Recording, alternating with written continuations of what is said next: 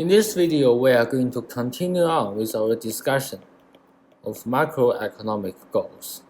And today we are going to talk about the goal of strong and sustainable economic growth, as well as the goal of full employment. So first, let's define the goal of SSEG. I will write it down in full so you can refer to this later. Strong and sustainable economic growth, which is the goal of SSEG. So the definition of the goal of SSEG is to achieve the highest rate of economic growth possible, consistent with low inflation, low unemployment, and without running into excessive external and environmental pressures. So usually it's around 3.5% increase in real GDP. So this is what we are targeting. And by external pressure, usually it refers to trade balance. So we don't want too much trade deficit. Otherwise, there would be a problem with things like the exchange rate. So, and the reason is during periods of very, very high level of economic growth, some of the excessive spending in the economy would spill over to imports. So during periods of really high economic growth, you would expect to see a trade deficit. So maybe we just do a recap. What is economic growth? It refers to the increase in real level of production. The real level is really important. It refers to the increase in quantity produced over time. And positive economic growth will promote employment because you need more people to create more stuff, as well as leading to increase in living standards, since you have now access to a greater variety of goods and services. And the strong part of SSEG means the economic growth need to be strong enough to generate employment growth. So in other words, the economic growth rate should be higher than the growth rate of productivity, meaning you need to hire more people, which reduces the unemployment rate, or at least counteract the effects of increase in the labor force as population grows. But not too high, otherwise would cause problems like resource depletion, pollution, which is very common in developing countries as their economic growth rate is very, very high. Very high rate, excessive rate of inflation, or a very large trade deficit. So we can prevent those problems from happening by having the economy grow at a sustainable rate rather than at like 20-30% per year. So I mentioned we need GDP growth of around 3.5%. So how do you measure GDP growth? So there are actually many ways to do it. So you can use the chain volume GDP. So this is like a measurement of real GDP. How much stuff you are actually producing compared to previous quarter. You can also use nominal GDP. So this is the value of goods and services produced by the economy, and it may be inflated due to inflation. Suppose you have the economy is producing 100 shoes at $20 each, then the GDP should be $2,000. And now you are producing 1 year after, you are still producing 100 shoes, but due to inflation, the price of one shoe is now $200. So now the GDP, the nominal GDP, is actually $20,000. So if you only look at nominal GDP, you should be really happy because now the economy is 10 times as large. But in reality, it's purely due to increase in price, but not increase in the quantity produced. And so this is really not a good indicator. We can also use something called seasonally adjusted GDP. So this essentially removes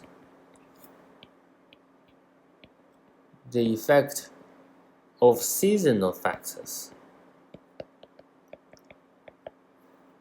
Maybe it's due to Christmas shopping, which would inflate the GDP temporarily. So it tries to remove this seasonal effects to reveal the underlying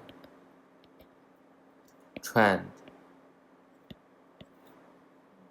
of GDP from one quarter to another. So a very useful indicator. The last way we can measure is to annualize GDP. So it's basically quarterly change times by 4, since there are 4 quarters in a year. So this enlarges any volatility that may be very special during this quarter. So one example is during COVID period, I think the GDP contracted 3 or 4% in one quarter. So if you annualize that, 3 times 4 is 12% contraction per year. So it really magnifies this impact of COVID. Of course, we know the GDP didn't fall by 12% because in subsequent quarters, the GDP have stabilized. So what's the reason of pursuing the goal of SSEG? I think we already briefly talked about this before, but I want to make this very clear. So the first reason is increase in living standards. So if the rate of GDP growth, the real level of GDP growth, exceeds population growth, then this implies the GDP per capita will increase. And since GDP equates to income over time, we would actually see an increase in income received by households. Of course, we are not thinking about the distribution of income, but overall the income should increase. Another reason is,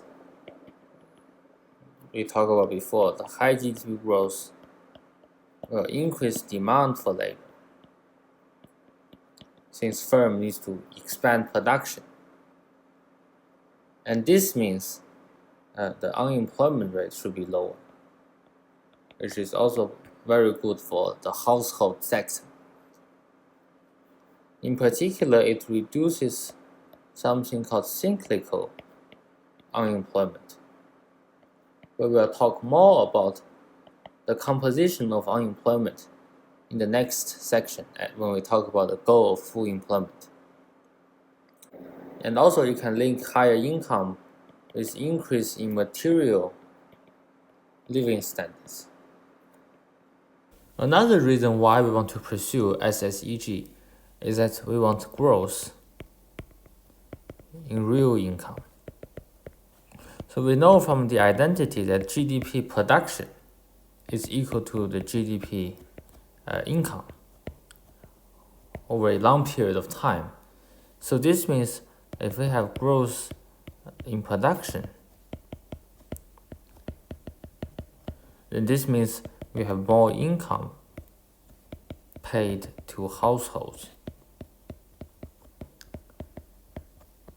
in the form of higher wage, dividends, or interests. And this results in higher income and thus higher living standards. So the third reason is to increase the ability for government to provide public goods or services. So if we have a low rate of unemployment, which is associated with high rate of economic growth, then this means less people qualify for unemployment benefits, and this reduces budget outlays. And simultaneously, higher income means higher tax. And this means that government can use the extra revenue to provide more funding to things like healthcare, education, or infrastructure. And this all leads to increase in aggregate supply. And we know that increasing aggregate supply is good for the long-term economic growth. So this is the reason why we want to achieve the goal of strong and sustainable economic growth. The next goal is the goal of full employment.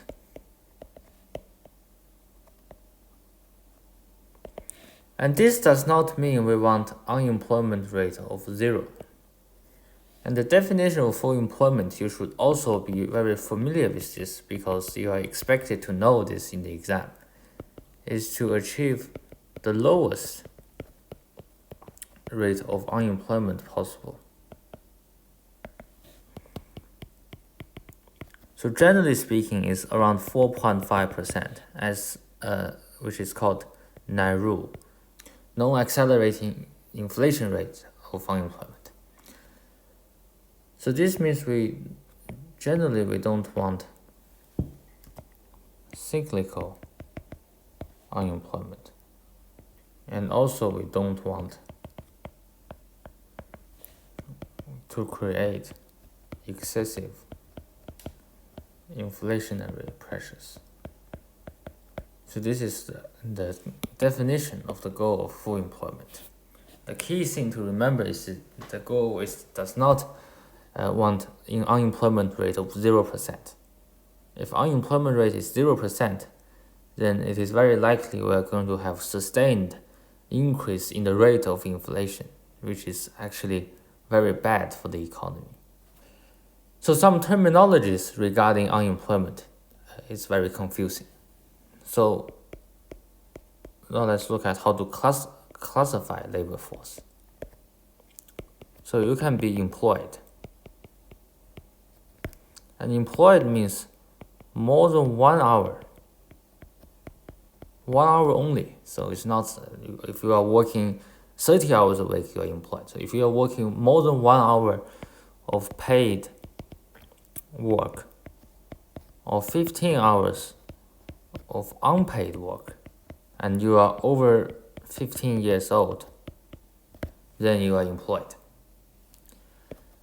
So for unemployed, it's also a very strict definition. So it's very hard to be unemployed based on this definition. So anyone who is over 15 years and does not have a job, but is actively seeking for work. So this is the definition of unemployed. If you are not actively seeking for work and then you are not employed, then you are not unemployed. So this leads to some other classifications. So underemployed or disguised unemployment. So this happens if you want to work more hours. Hidden unemployment. This means you are people who are discouraged from finding jobs due to various reasons. So this leads to a drop in participation rate. So the labor force is the sum of those who are employed plus those who are unemployed. We also have long-term unemployment. So those are people who are unemployed for 52 consecutive weeks.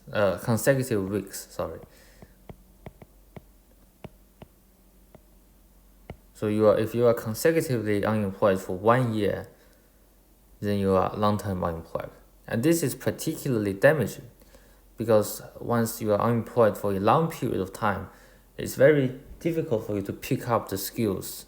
So we want to avoid long-term unemployment as much as possible. We also have participation rate.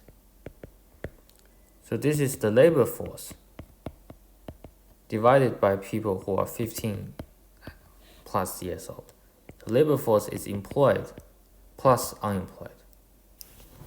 Another related topic is called the labor underutilization rate, defined as the sum of unemployment plus the underemployment rate. And remember, underemployment is defined as those who are still working but want to work more hours. So essentially it's not being utilized to their full potential. And plus those who are already unemployed gives us an overall picture of how much our labor force have been underutilized. And this is an indication of the spare capacity in the economy. So if the labor force underutilization rate is very, very low, then this means the economy is operating close to its spare capacity. Close to its capacity. There's very little spare capacity left. And if conversely the underutilization rate is very high, then this means we have plenty of spare capacity. So we are in the flat section of the AS curve, which means we can increase GDP easily without causing excessive amount of inflation. So let's discuss types and causes of unemployment now. So before we just classified the meaning of unemployment, which is when you are 15 years old, you do not have a job and you are actively seeking for a job. But what are the types of unemployment? So there are actually many types. So the first category is cyclical unemployment. So this is caused by insufficient aggregate demand.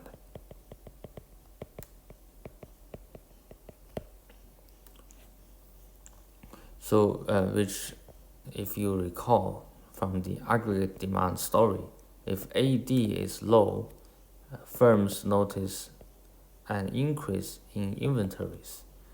And the increase in inventories means they want to reduce production. And reduce production means you reduce demand for labor. Because labor is also an input to the production process. And this would increase the cyclical unemployment rate. So the reason why this type of unemployment rate is called cyclical is because it fluctuates according to business cycle. So if we are in a very strong period of economic growth, then we have low cyclical unemployment rate. If we are in a recession, we have high cyclical unemployment rate. So this type of unemployment does not have anything to do with the workers themselves. It is purely the cause of economic cycle. So in principle, the goal of full employment tries to reduce the cyclical unemployment rate as much as possible. So people who are suitable for work will find a work. If people who are suitable for working are unable to find employment because of insufficient aggregate demand and level of economic activity, then this means we have cyclical unemployment, which is not desirable. So this indicates we're not using the resources efficiently. The second type, which is more difficult to address, is called structural unemployment. So this is caused by the incompatibility between skills possessed by the worker and skills required by employer. So this type of unemployment is in fact very common in Australia, such as workers who used to manufacture cars. And now because Australia is no longer making cars, so all those people, all those workers become structurally unemployed. So the skills of car making is not required in Australia anymore. So this means they are just unable to find a job that matches the skills they have. The third type is called frictional unemployment. So this type of unemployment is okay. So it is caused by movement between jobs. So if you are moving from one job to another and you are temporarily unemployed, this is fractional unemployment. The fourth factor is the seasonal unemployment. So this is unemployment caused by seasonal factors, so such as fruit pickers. So they are not really required during winter time, because during winter we do not have many fruits.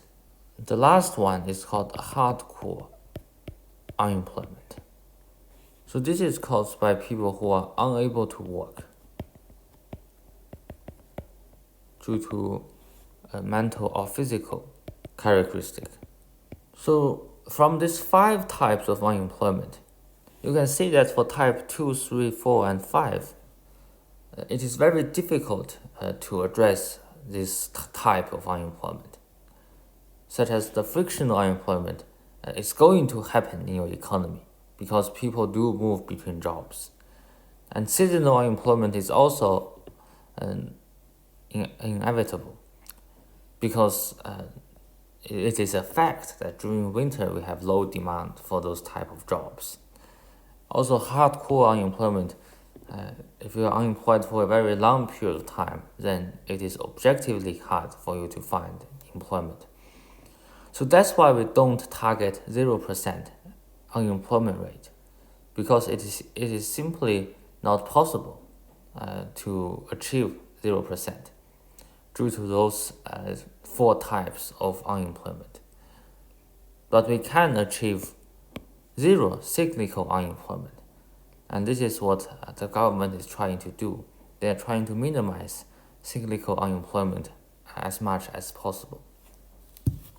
So the problem in Australia, which masks the real condition of the labor market, or painting a more optimistic picture than it actually is the casualisation of workforce. And this is common among other countries as well. So due to digitalization, many people are considered employed, still want to work more. So maybe if you think about Uber drivers or delivery workers for Amazon. They can receive orders from the Uber or digital platform, maybe 1 or 2 orders per day. But they are capable of taking perhaps 10, 12, 20 orders per day. But based on the definition of employment, if they are working for more than 1 hour per day, they are considered as employed. So in this case, we have an artificially low unemployment rate because of this very slack or very loose definition. But many people are still considered as underemployed. But this underemployment rate is really not covered extensively in the media. So in the media, people tend to focus on the unemployment rate, which, by the way, is like 4%, very, very low based on historical standards. But when we look at underemployment rate, it is very high compared to historical number. So perhaps it is arguable that unemployment rate no longer paint an accurate description of the labor market. And this is the problem caused by this casualization of workforce. So more people have become casual workers, and they do not have this job security, or do not have this guarantee of 38 hours of work like full-time workers. So even though the labor market is slack, we still have very low unemployment rate. And this can distort many government decisions as well. So when the Reserve Banks looks at unemployment rate, it is very low. So they may falsely believe that the economy is overheating, but in fact it is not. So this is really have ongoing effect to our economy. And policymakers thus need to take into different types of data when they are making policy decisions. So the next related topic is the consequence of unemployment. So there are 3 consequences. So the first one is loss of government revenue. So this is just a lower tax collected because we have more people unemployed, as well as more social benefit because more people are unemployed. So they need to claim social benefits and also pay less tax. And this can lead to consequences like less ability to produce public good. So the hospital funding for schools are all going to decrease. The second factor is reduction in living standard. So generally speaking, the transfer income or the social benefit payment if you are unemployed is less than factor income. So what you can earn from employment. And this leads to less purchasing power. And as you know, that less purchasing power usually means reduction in material living standards. And also there are maybe some social stigmas if you are unemployed. So this can also reduce non-material living standards. The next factor we want to consider is income inequality. So if you are unemployed, the gap between the unemployed worker, which earn very little from social benefit, and the gap between employed worker will increase. And this will cause income inequality.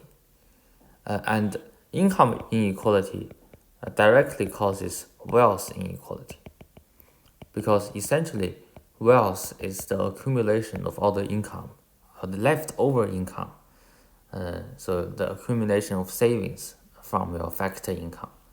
And if you are not earning money, it's very hard for you to saving money as well.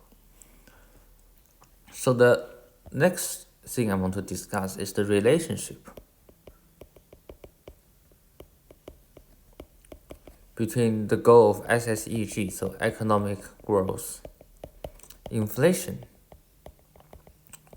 and a good goal of full employment. So what are the relationship between those three macroeconomic goals? So for the goal of strong and sustainable economic growth and the goal of full employment, we know that stronger rate of GDP growth is likely to be associated with a strong derived demand for labor.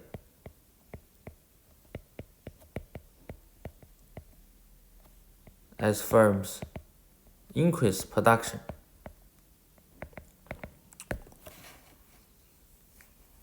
And this would cause downward pressure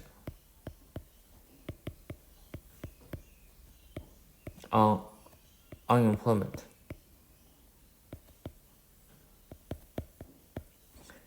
Note I have used the term downward pressure.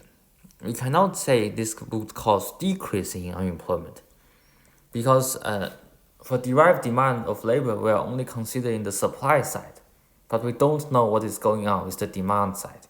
If there's very strong immigration, maybe we can see actually increasing unemployment rate despite strong GDP growth.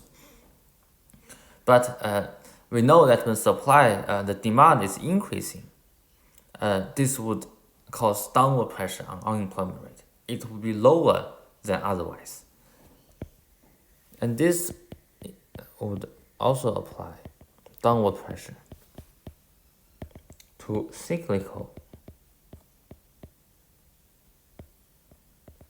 unemployment rate.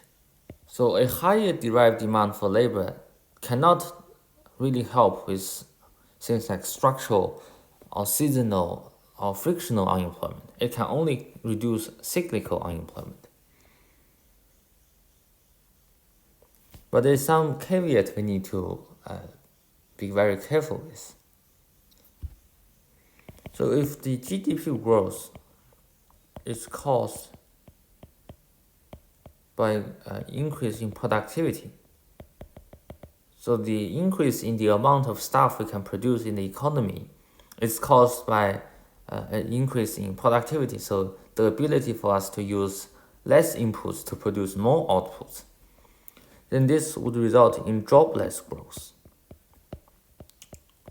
So there's no need to increase the derived demand for labor because workers are capable to produce more with less input. So there's a real possibility that the GDP may grow even though the unemployment rate does not decrease. And this also works in the opposite way. So if GDP growth decreases, which means aggregate demand is low, this would decrease the derived demand for labor, which put upward pressure on unemployment rate and specifically on cyclical unemployment rate. And also, if productivity is decreasing, even though GDP may stay constant, you can still see an increase in employment or decrease in unemployment. But generally speaking, we do not want productivity to decrease because this means our economy is getting less efficient and we are requiring to use more people to produce the same amount of stuff as we did previously. So the relationship between SSEG and inflation.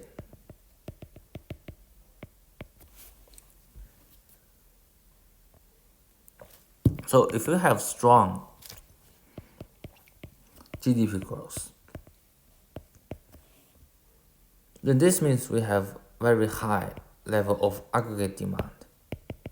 And this indicates we have demand inflation. So this is the case where we have few money but chasing more goods. And this is particularly harmful if the economy is operating at or close to its capacity. By this I mean the vertical section of the AS curve.